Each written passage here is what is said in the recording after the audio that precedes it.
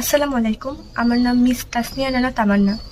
আমার নামে কিডন্যাপিং এবং অপহরণের যে মামলাটি তো আমি সপরিবার নিয়ে বসবাস করি আদমদিঘিতে। আমার মেয়েকে আদমদিঘি থেকে অপহরণ করা হয়। সিএনজিতে বহিরাগত কি ছেলে পেলে আসে, আমার মেয়েকে জোরপূর্বক নিয়ে যায়। ওখানকার স্থানীয় দোকানদারেরা দেখেছে।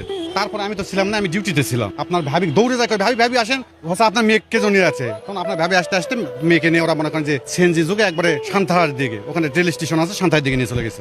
তো যাক, আসার পর অনেক খোঁজাখুঁজি, আমি রেল স্টেশন যত আছে সব খোঁজাখুঁজি করে মেয়েকে যখন পাই না, তখন তো অপহরণ হয়েছে, আমি তো জানাই গেলাম, দেখছে লোকজন। তখন আমি যে থানায় কর্মরত, ওই থানায় আমি মামলা করতে গেলাম। ওসি মামলা নেয় না ভাই। ওসি আমার কাছে টাকা চাই, টাকাটা তোমার মেয়েকে আমি দিনের মধ্যে উদ্ধার করে দিচ্ছি, কিভাবে করে দেওয়া লাগে। তখন আমি বললাম, স্যার আমি কনস্টেবলের চাকরি করি, আমি কয় টাকা বেতন পাই, আর আমি এই ডিপার্টমেন্টে 22 বছর শ্রম দিলাম, আপনি আমার কাছে এই কথা বলতেছে, স্যার কোনো কথা হলো? আমি তো অনেক অফিসারের সঙ্গে চাকরি করছি, কত ভালো ভালো স্যার পাইছে, আপনি কথা বলেন, তুমি এখান থেকে যাও, কিভাবে কি করা লাগে আমি আমরা করবো, যাও। তুমি মামলা দিবেন না? আমি মামলা নিব না, আমার মামলা নেয়নি, কাগজ দিয়েছি অনেক, সে মামলা নেবে না। তখন আমি বাধ্য হয়ে এক পরিচিত আমার ডিআইজি স্যার আছে, ওনাকে ফোন করলাম। উনি কাছে ওসিকে ফোনটা দেও, তো ওসি স্যারকে ফোন দিলাম। ওসি স্যার সঙ্গে যখন কথা বললো, তখন উনি মামলা তো করলেন, তখন একটা জিডি নিল। সেই জিডিটা ছিল অনেক নর্মাল জিডি। আমি পিতা হিসেবে তখন আমার মেয়ে হারা গেছে, আমি পাগলের মতো জিডিতে কি লেখলো না লেখলো তখন আমি দেখিনি। পহেলা মেয়ে আমার মেয়ে অপহরণ হয়, তারপর আমরা জানতে পারি যে আমার মেয়েকে ওরা তুলে নিয়ে গেছে। থানায় মামলা করতে চাই, কিন্তু থানায় মামলা নেয় না। তারপর আমরা কোর্টে মামলা করি। আপনার স্বামী কি করে? আমার স্বামী পুলিশে জব করে। একজন পুলিশ সদস্যর মেয়ে অপহরণ হয়েছে, সেই অপহরণের পরেও এখন পর্যন্ত উদ্ধার হয়নি তার মেয়ে। এই বিষয়টা আপনি কিভাবে দেখেন? আমার কিছু বলার নেই, আমি বলতে বলতে বলতে বলতে আর কিছু বলার নেই আমার মেয়েকে। আসসালামু আলাইকুম। আমার নাম মিস তাসনিয়া রানা তামান্না। আমার নামে কিডন্যাপিং এবং অপহরণের যে মামলাটি দেওয়া হয়েছে, এটি পুরোটাই মিথ্যা এবং ভুল বানোয়াট। ইতিমধ্যে আপনারা দেখছেন যে আমার বাবা মোহাম্মদ রানা মাসুদ একজন পুলিশ কনস্টেবল। সে একজন পুলিশ কনস্টেবল হয়ে নিজের মেয়ের নামে মিথ্যা গুজব ছড়াচ্ছে। আসলে আমার একটা দীর্ঘদিনের সম্পর্ক ছিল, 4 বছরের। আমার হাজব্যান্ডের নাম মোহাম্মদ শাহিদ হোসেন।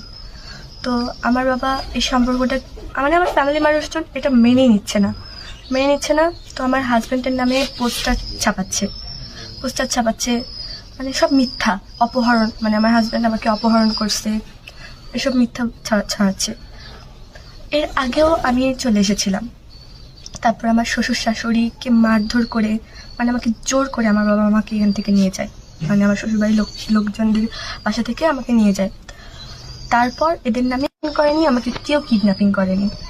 আমার বাবা, আমার ফ্যামিলির মানুষজন, মানে ওদের টাকা আছে বলে ওরা কি দিতে যাবে? সব কিছুতে টাকা আছে বলে দিতে যাবে, যাকে পাচ্ছে তাকেই টাকা দিয়ে কিনে নিচ্ছে। আর যারা এসবের মধ্যে ঢুকছে, আমাদের এসব যারা ভালো মানুষ, যারা মানে ন্যায় যেটা সত্য, যেটা তাদের নামেও মামলা দিয়ে দিচ্ছে, যার পাচ্ছে তার নামে মামলা দিয়ে দিচ্ছে। মানে আমার বাবা চাকরিজীবী বলে ওরাই কি দেশের নাগরিক? আমরা কি দেশের নাগরিক না? যাদের চাকরি আছে, যাদের টাকা আছে, টাকার পাওয়ার আছে, তারাই শুধু নাগরিক, মানে আমরা নাগরিক না।